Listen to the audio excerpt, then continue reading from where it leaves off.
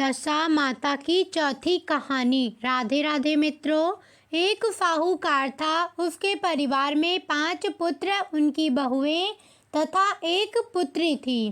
पुत्री का विवाह हो चुका था, परंतु उसका गौना नहीं हुआ था। इस कारण वह भी अपने माता पिता के घर में रह रही थी। एक दिन साहूकार की पत्नी दशा माता का डोरा ले रही थी। उसकी बहुओं ने भी डोरे लिए। बहुओं ने अपनी सास से पूछा कि क्या ननद के लिए भी डोरा लेना है। सास ने कहा हाँ। इस पर बहुओं ने कहा कि उनकी तो विदाई होने वाली है, यदि व्रत से पहले ही विदा हो गई तब क्या होगा। सास ने उत्तर दिया, मैं व्रत का सारा सामान मैं साथ में रख दूंगी, वह अपने ससुराल में पूजा कर लेगी। ऐसा ही हुआ।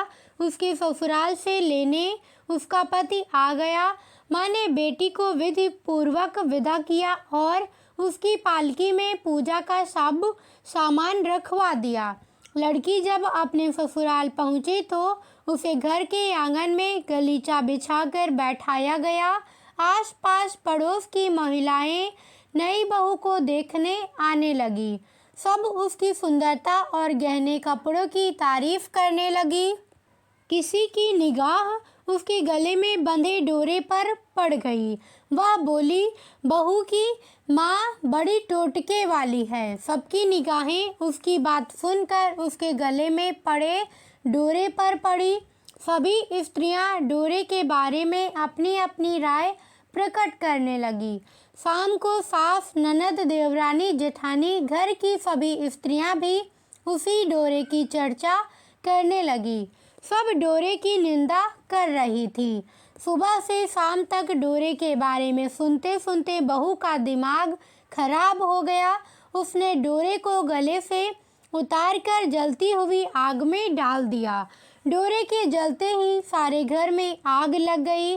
घर में रखा सब धन जल गया। सब आदमी अपने प्राण बचाकर घर से बाहर भागे। अब घर में नई बहू और उसका पति रह गया, बाकी सब भाग गए थे। घर का सारा सामान जल गया था। घर में अब न खाने को अन्न था और न ही पहनने के लिए वस्त्र बचे थे। इसलिए दोनों पति पत्नी गांव छोड़कर रोजगार खोजने चल दिए।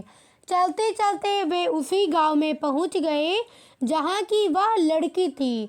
लड़की ने अपने पति से कहा, तुम यहाँ भार झोंको और मैं भी कोई काम ढूंढती हूँ।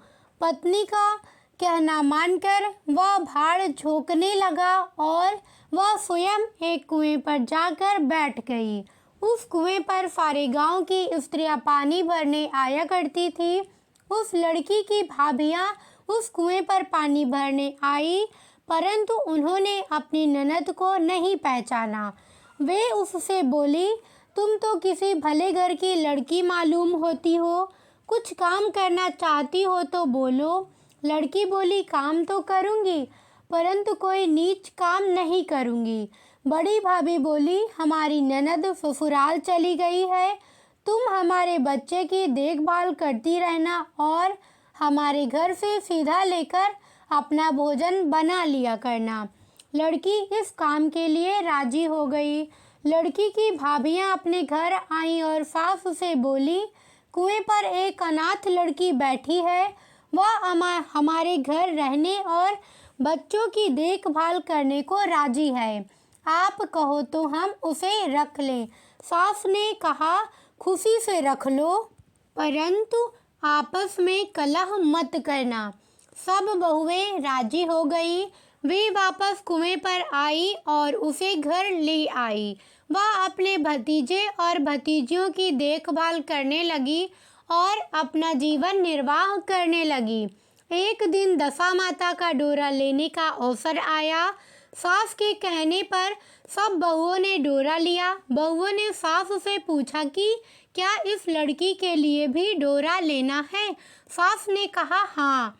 बहुओं ने कहा, इसी प्रकार आपने ननद जी के लिए भी डोरा ले लिया था, परंतु पूजा से पहले ही उनकी विदाई हो गई। अब इस लड़की को डोरा दिलाना चाहती हो। यदि यह पूजा से पहले चली गई तो क्या होगा? सास बोली, तुम्हारी ननद ने अपने घर जाकर पूजा की होगी।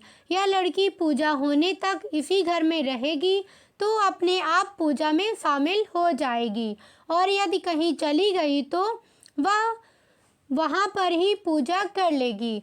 सर्वसम्मति से लड़की ने भी दशा माता का डोरा ले लिया। 9 दिन तक वह दशा माता की कहानी तथा व्रत पूजन में शामिल होती रही। 10वें दिन लड़की की माता व बहुओं ने सर से स्नान किया और घर में चौका लगाया तथा पूजन की तैयारी करने लगी। लड़की बहुओं से बोली, यदि कोई पुराना कपड़ा मिल जाए तो मैं भी स्नान कर लूं। बहुओं ने अपनी सास से पूछकर अपनी ननद की साड़ी उस लड़की को दे दी।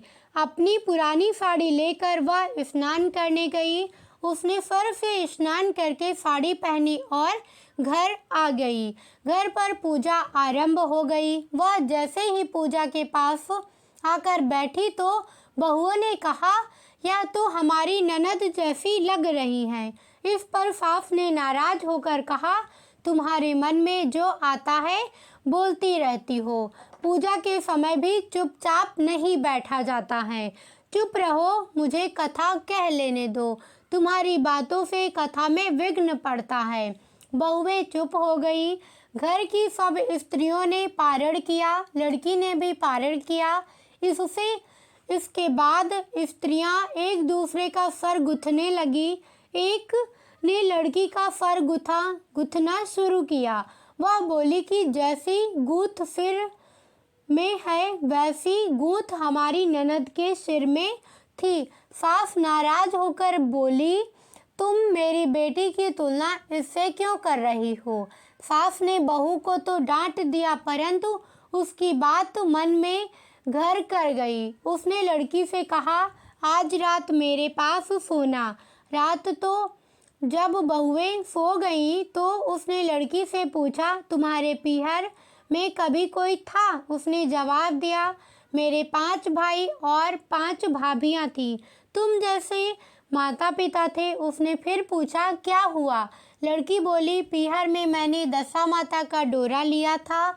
उसके पूजन से पहले ही ससुराल के लिए विदा हो गई। ससुराल में पहुंचकर मेरे गले में पड़े डोरे को देखकर वहां की स्त्रियां हंसी उड़ाने लगी। तब मैंने उस डोरे को आग में डाल दिया। उस डोरे के साथ सारा घर जलकर भस्म हो गया। सब लोग भाग गए।